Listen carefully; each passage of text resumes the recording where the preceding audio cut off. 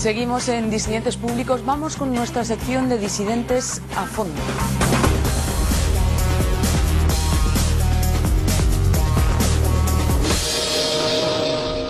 Espeluznantes imágenes y noticias llegan desde Siria. Un informe de la ONU revela que las tropas del ejército utilizan a los niños como escudos humanos. Los suben a sus tanques para evitar ser atacados por los grupos rebeldes. Hemos preparado un trabajo, pero debo advertirles de que las imágenes pueden herir su sensibilidad.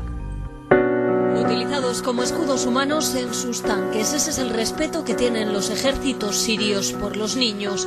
La representante de la ONU para los menores víctimas de conflictos armados asegura que los niños son torturados, violados, mientras permanecen detenidos y están siendo asesinados durante las masacres.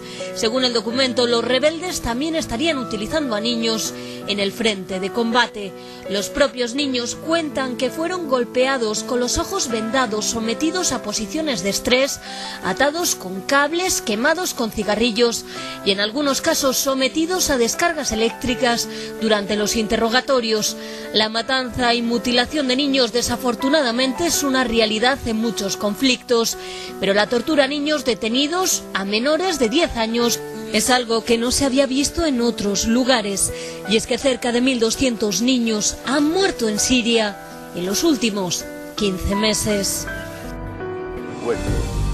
Bueno, les quiero presentar a algunos invitados con los que vamos a hablar un poquito de esta situación terrible. En primer lugar, Nacer Oumer, usted que es presidente de la Unión de Sirios en el extranjero, en su fase española, ¿verdad? Su delegación española. ¿Qué le parece a usted que en su país esté pasando esto con los niños, que se esté utilizando de esta manera a los niños? Hombre, la verdad, casi que no tenemos palabras para expresar los crímenes y las atrocidades. ¿Usted creía antes que el régimen podía llegar a esta degradación moral? A medida que ha ido avanzando el tiempo, hemos visto que es capaz de todo con tal de alcanzar sus objetivos, incluso de utilizar a niños.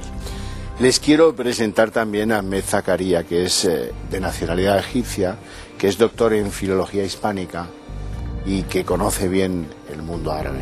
Buenas tardes. Buenas tardes. ¿Qué le parece a usted que hagan esto con los niños en Siria? Horror. Es horrorífico y es siempre la imagen se repite. Esa misma estrategia lo han hecho casi todos los regímenes dictatoriales, pero siempre terminarán cayéndose. Suele ser uno de las últimas etapas, ¿no? Sí, efectivamente, es la fase final o la previa a la caída, efectivamente. Nacer, cuéntenos, ¿quién es la oposición en Siria? Conocemos al dictador, pero ¿quién es la oposición en Siria? Pues ¿Y a dónde pretende llevar el país? Caso de que acabe, como parece más o menos obvio ya, controlándolo. La oposición en Siria es básicamente el pueblo. Es un pueblo que está reclamando un derecho legítimo de cualquier ser humano, que es la libertad, la democracia. Y en el caso de que se está llevando el país a un estado civil democrático, que es lo más normal. Pero ¿va a haber ahí una revolución islamista? ¿Va a haber ahí una convocatoria de elecciones? ¿Qué va a haber después de que caiga el dictador? Sí. Después de que caiga el dictador, a fecha de hoy nadie sabe qué es lo que va a pasar, porque están las cosas muy revueltas. Lo que está claro es que el fin de todo esto es alcanzar la libertad y la democracia sin mirar ni sectas ni religiones. No olvidemos que Siria es un país de mayoría musulmana, pero no eso significa que tenga que ser islamista. Ahmed Zakaria, en su país, ¿cómo ha ido la cosa? ¿Qué impresión tiene usted? Bien, dentro de lo que cabe se puede decir que vamos a mejor, lentamente, pero vamos hacia mejor situación y más tranquilidad. Ahora queda la segunda vuelta de las elecciones a finales de esta semana y a ver si prospera el proyecto y sale adelante el país, porque está bastante paralizado en muchos aspectos. Volvamos a Siria. ¿Por qué estalló el conflicto hace ahora 16 meses ya? El conflicto estalló básicamente por una reclamación del pueblo de unas reformas. Se vio escenificada por unos niños en la ciudad de Daraa. hicieron una serie de escrituras en una pared de un colegio como pidiendo la caída del régimen, y eso desató pues una barbarie de las autoridades. Torturaron a los niños y eso fue lo que desencadenó en todo esto. Desde un principio el pueblo sirio lo único que pedía eran unas reformas y libertad y democracia. Lo que está claro y estamos viendo todos es que el régimen está empeñado en someter al pueblo a sus órdenes y a sangre y fuego. A sangre y fuego. ¿Usted sigue teniendo familia en Siria? Sí, por supuesto. ¿Y qué le dicen? ¿Pasan miedo? ¿Pasan necesidades? ¿Cómo está? Ahora mismo se está pasando mucha necesidad en Siria, sobre todo de alimentación, de enseres, de medicamentos, están atacando los hospitales para que no puedan los heridos ser tratados. Y bueno, mientras la situación siga así, desde la comunidad internacional no se toma una postura firme, pues iremos a peor. Ahmed, ¿por qué la comunidad internacional es tan reacia a poner manos sobre el conflicto en Siria? Básicamente, yo entiendo que hay tres factores que hacen que el mundo occidental, no se mueve con esa celeridad o esa prisa que necesitamos para salvar a esa gente inocente. Siria no tiene petróleo. Siria de momento cuenta con el apoyo de China y Rusia y no precisamente los dos abanderados de la libertad por el mundo. Y luego el tema iraní. El tema iraní y el equilibrio entre Irán e Israel, los intereses de Israel en mantener a ese régimen, porque ese régimen hasta ahora se considera uno de los protectores de Israel, de la frontera con Israel, porque ese régimen nunca ha avanzado, digamos, para liberar a su tierra ocupada por Israel. Por eso, en parte, parece mentira, pero es así la realidad, esa hipocresía internacional que la estamos siempre viviendo en el mundo árabe, porque los intereses se basan en mantener al régimen dictatorial en el mundo árabe para que eso se sostenga, esos intereses se sostengan, porque luego si este régimen se cae y viene otro demócrata, como usted adelantó, que se lleva a ser musulmán o no, islamista, etcétera, ese es siempre el temor que ellos enalzan de cara a Occidente, que cuidado que van a venir, efectivamente. Entonces, pues claro, por favor, que no tema nadie nada, porque eso lo mismo lo han temido en Egipto y no ha pasado nada, nadie salió para matar a nadie, etcétera. Entonces, primero salvar al pueblo, dejar al pueblo que se exprese libremente, que tome la iniciativa y lógicamente el mundo está ahí, no se va a cambiar. Volvamos a los niños que son los protagonistas de esta triste página en Siria. Quiero que escuchen a Yolanda Ramón, que es portavoz de Save the Children. Buenas tardes, Yolanda.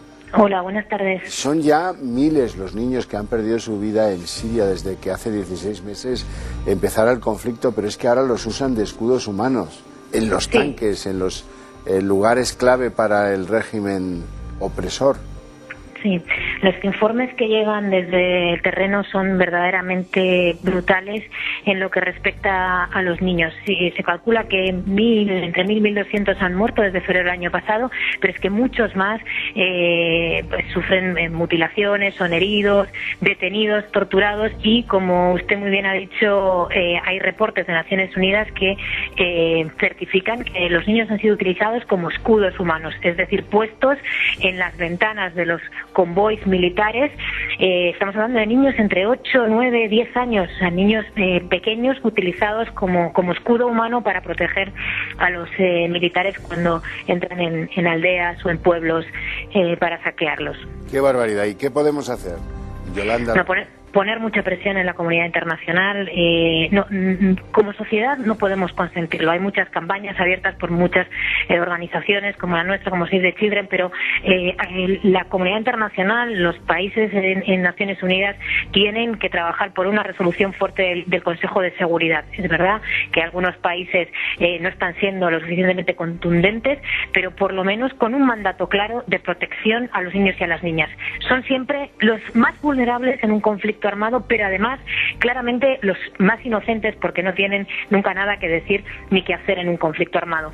Entonces, nosotros lo que pedimos es que el Consejo de Seguridad adopte por lo menos una resolución vinculante para exigir la protección de los niños y de las niñas, que se dejen de atacar colegios y hospitales donde hay niños y niñas, que haya una tregua en ese sentido y sobre todo que nos permitan a las organizaciones que hacemos acción humanitaria entrar, a ayudar y a proteger a los niños. Bueno, primero te lo pregunto a ti, luego se lo preguntaré a nuestros invitados en el estudio. ¿A ti te parece que España ha estado entre los más adelantados en Europa en denunciar lo que está pasando en Siria? ¿Crees que se podía haber ido más lejos? ¿Estás satisfecha con la diplomacia española en lo que toca al conflicto con Siria? En general, nuestra impresión es que la comunidad internacional no ha tenido una respuesta suficientemente contundente, al menos en lo que se refiere a exigir que se proteja a los niños y a las niñas en el marco del conflicto. No hemos escuchado ni denuncias internacionales específicas sobre la necesidad de proteger a la infancia, ni medidas se han visto de momento suficientemente contundentes. El papel de España, pues en la tónica del resto de países de la Unión Europea. Hombre, el otro día expulsaron al embajador, que es bastante fuerte, ¿no? Sí. Bueno, Yolanda, muchas gracias. Gracias a vosotros. Traslado la misma pregunta a Nacer, por ejemplo. Nacer Umer, dime. ¿Crees que España podía haber ido más lejos? Voy a empezar hablando del tema del embajador. El tema del embajador es un gesto diplomático. Llega tarde, es bienvenido por supuesto, pero llega tarde. Es triste que se tome una decisión así después de que 4 días antes se comete la matanza de Jula, que fue lo que generó esta reacción. En cuanto a España, los gestos diplomáticos, el único que hemos visto ha sido el expulsar al embajador de aquí y el día 7 de marzo retirar su embajador en Siria. No hay una implicación, se le ha pedido al gobierno español la implicación de la Agencia de Cooperación Internacional para el tema humanitario, pero hasta la fecha no hay ningún gesto que podamos decir que es así. Ahmed, ¿qué le parece a usted? A mí me parece como siempre se llega tarde, siempre se llega hablando de los niños, pero yo hablaría de la población civil en general, porque es lo mismo el niño, su madre y su padre, ¿qué culpa tienen? Hay que reaccionar de una manera más acelerada. Pero claro, son tantos los conflictos, son tantas las víctimas por todas partes, incluso nosotros tenemos aquí nuestros problemas en España, entonces pues no va a dar para mucho.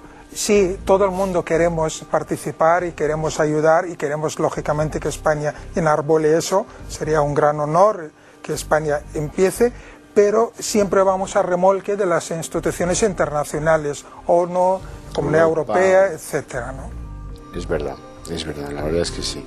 Bueno, pues es una pena, la verdad, que se pierdan vidas y sobre todo las de los niños, porque, en fin, son las más obviamente inocentes, aunque es verdad lo que usted dice. Inocentes, claro. Allí lo son casi todos. Claro. Menos los que están en la represión directamente impregnada del régimen y el propio régimen, inocentes, los demás lo son todos.